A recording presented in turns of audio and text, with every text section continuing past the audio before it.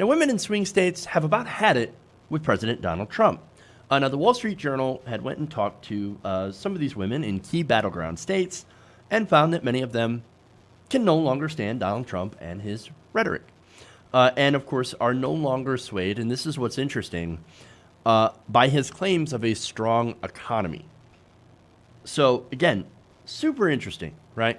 Now, for me, look, for the regular person, I should say, the economy, it's kind of humming along, and people on TV say it's great, and I don't really watch a whole lot of TV because I'm busy working 2 jobs, whatever. But they say it's great. Okay, whatever. Great. Now, I don't think it's great. I think the economy has been running on a sugar high, thanks to the tax cuts for the rich. And basically, it's a house of cards. It's going to fall over at some point. Most of the tax cuts, 83% of them went to the wealthiest Americans, to the top 1%. So that's a big problem for the economy because whenever you make something that is too top heavy, what does it do? It falls over, right? So the whole claims of, we got the strongest economy ever. No, it's ridiculous and completely wrong. It's an absolute lie. And while it is decent for some people, there is a large amount of Americans that are not feeling any sort of positivity about the economy. So anyway, now, let's go to some of the responses from some of these women who talked to the Wall Street Journal. So now, Patricia, right, and that's her, Patricia Wigman, right, that's her name. Now, she voted for Donald Trump in 2016, right, so she was on the Trump train. Here's what she said, quote, "He shouldn't be tweeting, and he shouldn't be opening his mouth." Why not, Patricia? What is it, because terrible things happen to come out of his mouth every time he opens it? Either something terrible or incredibly stupid?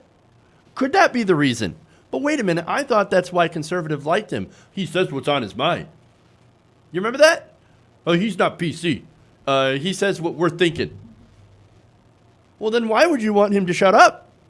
Oh, it's maybe because what you're thinking is actually kind of terrible, and turns out people don't like it. Again, do you remember the people who loved him because he's not PC, he's against PC culture? Oh, well, it appears their regrets are strong, right? So now, here's another person. I'm sorry. One more quote here from Ms. Wigman. She says, quote, "There has to be someone better." Well, not on the Republican side. No. Now, on the Democratic side, there is somebody who's better. His name's Bernie Sanders. And Bernie Sanders would destroy Donald Trump in a general election. There's more.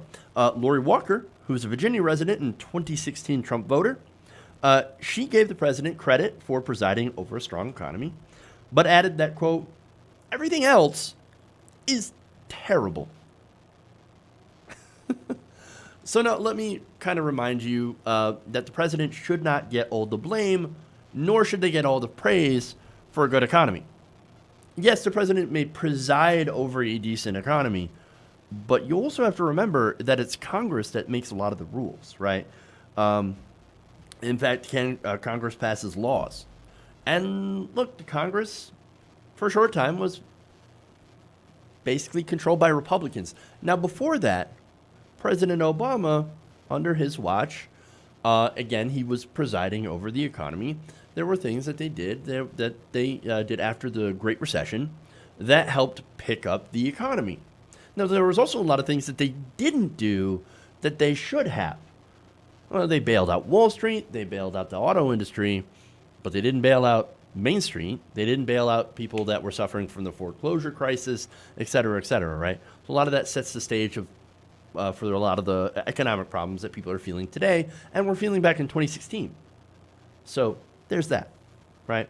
So now, here's the thing, and this is the trick, right? So now, Republicans, here's what Republicans do.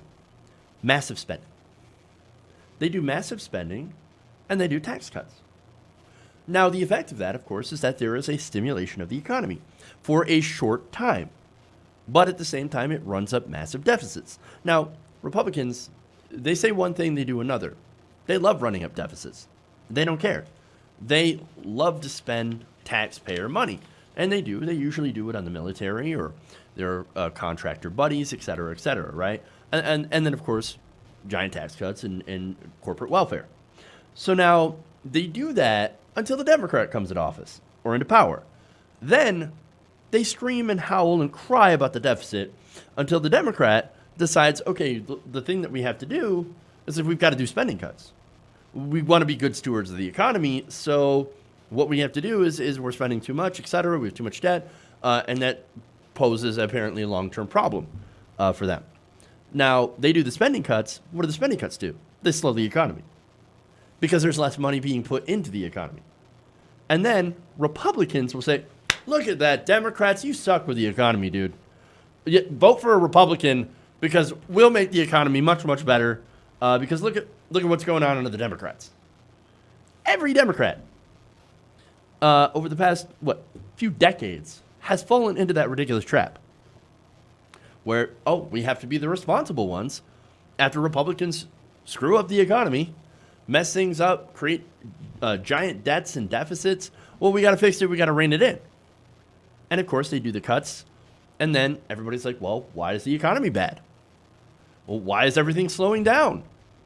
Well, I guess it's because Democrats are terrible with the economy. Now, the other effect of this, of course, is that this has the effect of allowing us to not go forward at all with any sort of progressive legislation. Medicare for all, Green New Deal, expanding Social Security. Why? Because Democrats, who either fell into the trap or are paid by special interests, they say, well, look, we got a huge national debt. We got to do something about it.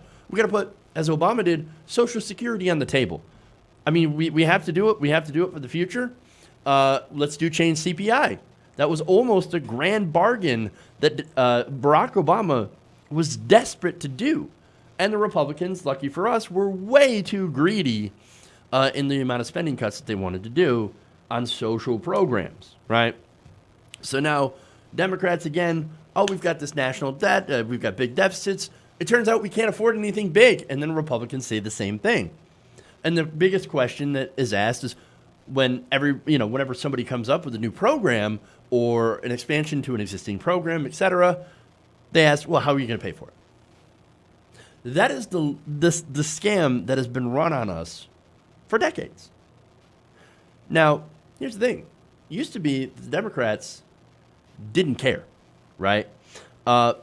They actually cared about doing good policy, right?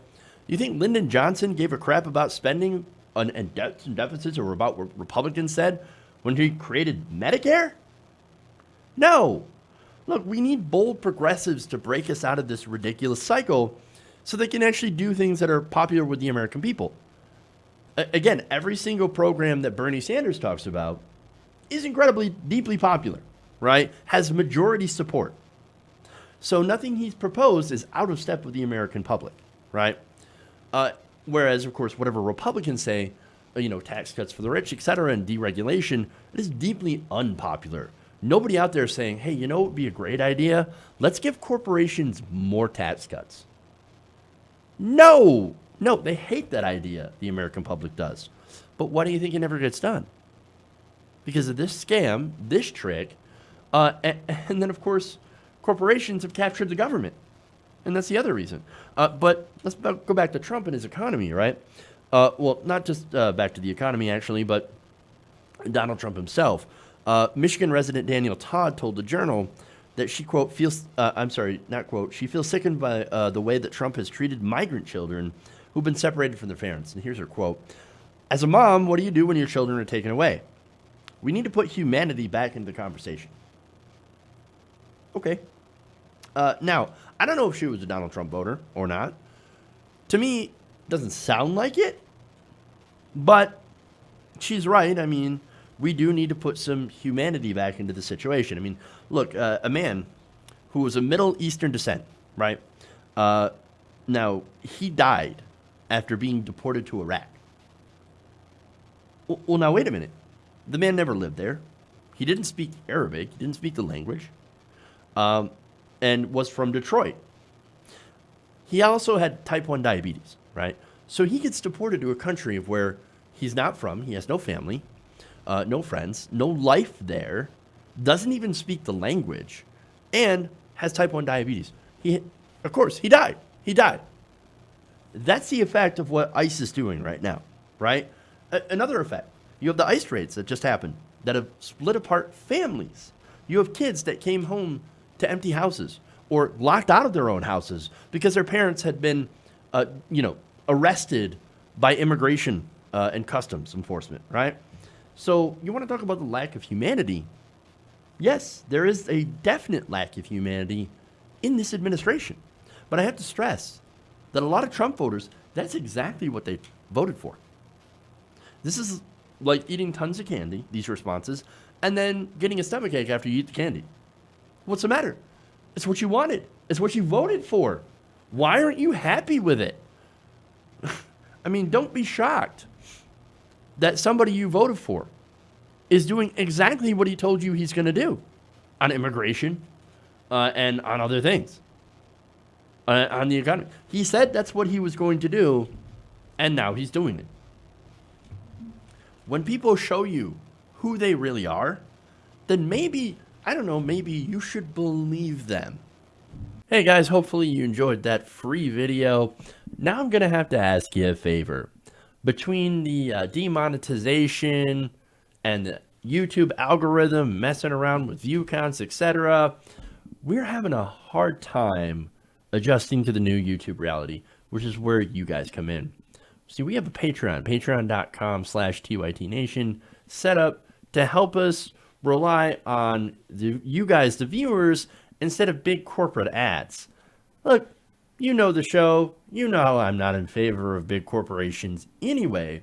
So help us transition away from relying on the ad model to pay the bills and sign up to be a patron, patreon.com/TYTNation. That goes a long way to help us keep the lights on.